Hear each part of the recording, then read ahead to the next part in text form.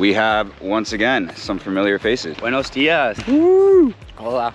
You remember this guy when he shot his first tuna and his face was glowing? Let's go! Double, baby! He's still got the glow. That was sick. We also had Rig. He had his first tuna too. So it's been tough. Tuna have not really been cooperating, but as of yesterday, there were a lot of tuna around. So fingers crossed. That's why they call it fishing. You never know what's gonna happen when you get out on the ocean. Welcome back, guys. Here's another awesome episode with a great group of guys. I hope you enjoy it.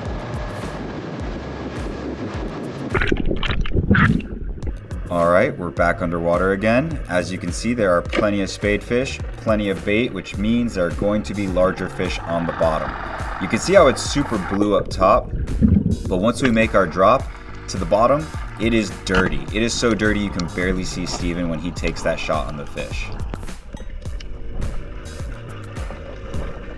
To creep around and look, but I mean, do a drop if you want. Yeah, maybe. Let me see that thing. Little, I just took and swam right in front of it. Here, hold on. So we make another drop, plenty of bait like before, still pretty dirty, but there's fish to be had and we need food for dinner. Great shot. That's the Intero we need. Exactly what I was thinking. Dude, that was a great dive too. We were like down, we found the wreck, came around. That massive sea turtle munching on your feet? No. I was pointing. I was about to shoot it. I don't know what it was. Huge sea turtle munching on. Really? Yeah. On my fins? He was about to, yeah. Hold up that prize. Ah! Es perfecto por entero. As you can see here, Steven is coming up from a dive. He just put a second shot into a Cubera. The first shot is on a float line. It's perfectly taut as we put a float to it because the fish was tangled in the wreck.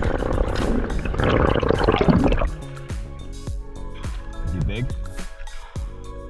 Not as big as I thought. Here's the fish on its way up. You can see the shot is in the tail, but it doesn't matter, the fish is landed. Good news, we got all our back.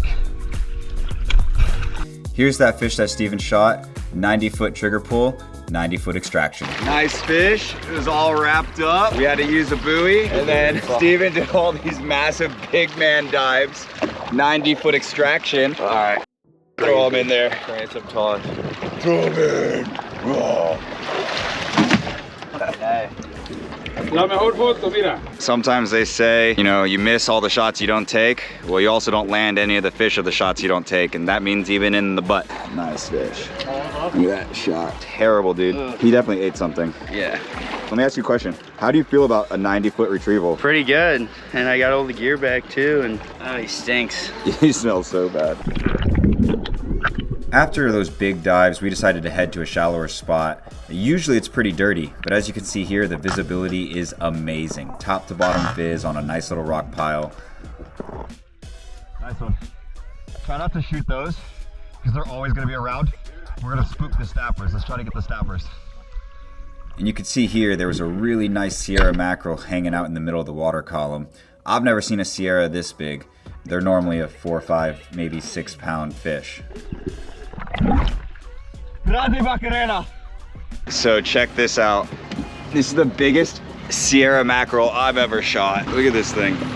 Oh my goodness, dude. Incredible fish, man. Blue, blue, blue water. Awesome spot. We're gonna go dive that again. That was sick. 12.6 pounds, okay. Pretty sure just shot a world record Sierra mackerel. Getting confirmation from some biologists, sent some photos, getting some ray counts. At 12.6 pounds, new world record, baby. As you can see here, the blue water meets the dirty murk. I actually really enjoy this type of diving. The murk hides you and conceals you and is better for hunting and getting closer to fish. But on the way up, you have plenty of visibility that allows your safety partner to see you so you can effectively and safely hunt knowing that your partner can watch you. As you can see here, after I shot a fish, I'm able to safety dive for Steven and watch him from the surface.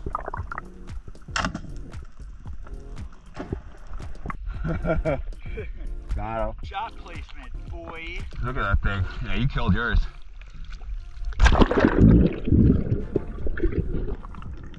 Steven had just shot a smaller snapper that we were going to cook as whole snapper on the barbecue. He told me I could go ahead and make a drop, and on my very next drop, I end up being walled by all these smaller Cubera. Next thing I know, there's a bigger one. Got to take that shot. Great shot in the face, and the battle's on. I wasn't expecting Steven to be there to help me try to fight this fish, but it definitely helps when you have two of us pulling on a fish like that. And even with both of us pulling, that fish is working us. You can see all those kicks, kick, kick, kick, kick, kick, and we're still not at the surface yet. Once you get the fish away from the structure, he loses a lot of strength. Nice job.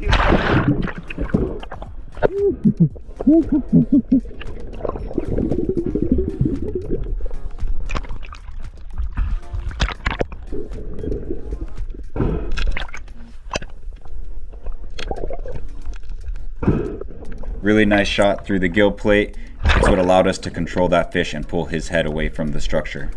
As usual, a knife to the head. Try to end any of that central nervous system reactions. Preserve that meat quality. Bro, I dropped in. Dude, you didn't even hit the bottom yet. No, I dropped in. I saw a bunch of little ones in front of my face. Yeah. And then I was like, oh, I was gonna shoot one. There was just a bunch of little ones, and I was like, oh, maybe I'll take one of these little ones. Next thing I knew, I was like, there's gotta be a big one, and he just... Were there more or just him? There was 20 fish. I mean, he was definitely the biggest one. Yeah,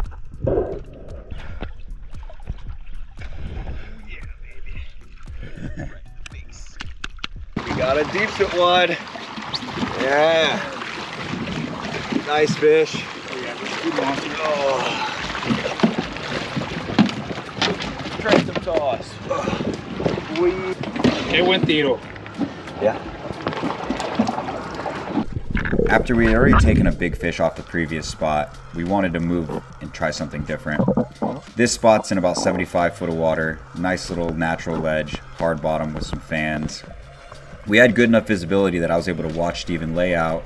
You can see he's aiming and finally takes a shot. Per my standard protocol, I drop in and make sure I'm there to help him fight the fish and keep it out of any rocks or ledges. You can see it's a snapper. You can't tell the size at that depth just yet, but it's a nice fish. Ended the day. We didn't get another Cubera. Look at this. This is beautiful. Unreal.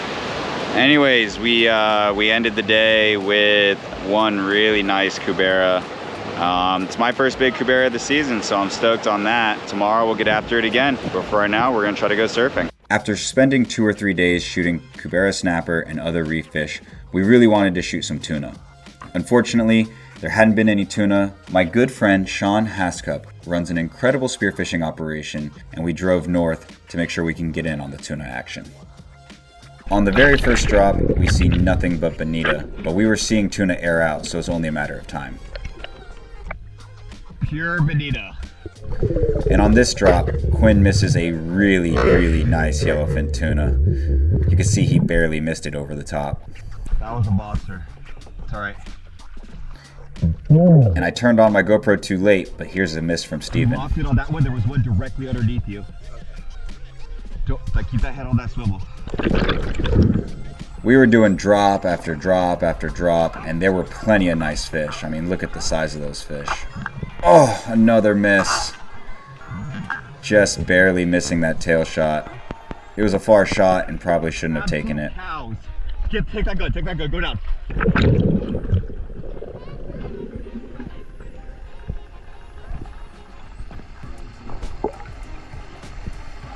The fish were starting to be a little bit deeper, and here's a bunch of smaller fish. We don't really want these smaller fish when we know there's such bigger fish in the area. Those fish are 30 pounds, maybe 40 pounds, but the other fish that we were seeing were easily 150 to 200.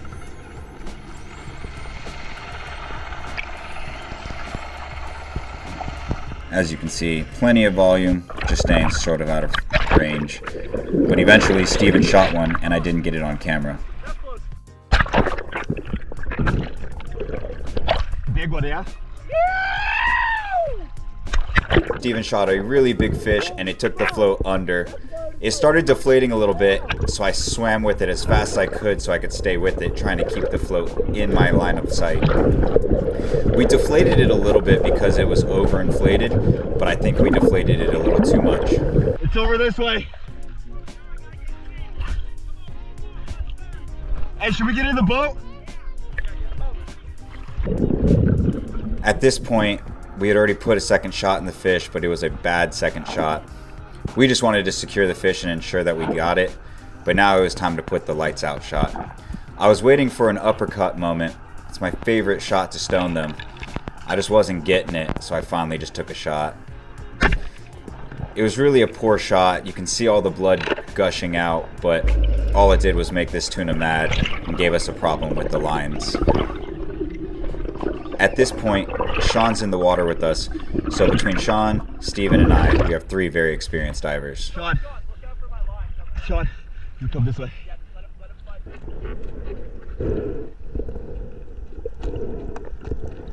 When you have a fish of this size and this many lines in the water, line management is important. Be careful. I know you know what you're doing, but that shooting line will get wrapped up. I know.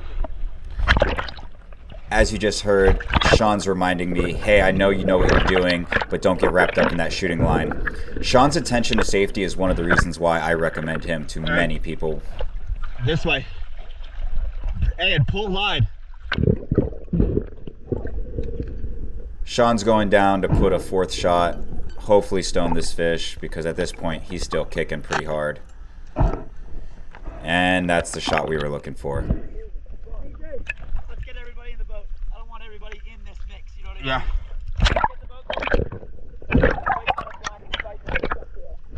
Sean brings up another good point.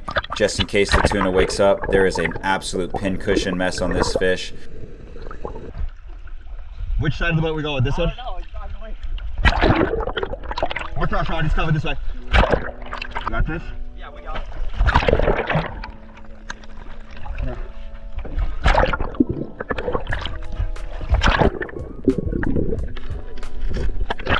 He's in. There it is, baby! Holy shit. Hey, CJ, before we hop in, can you pull some shafts through them? Yeah. We try to pull the shafts out before bringing the fish on the boat, just so that we're able to prevent the shafts from getting bent. This the other one. You can oh, it's out, right?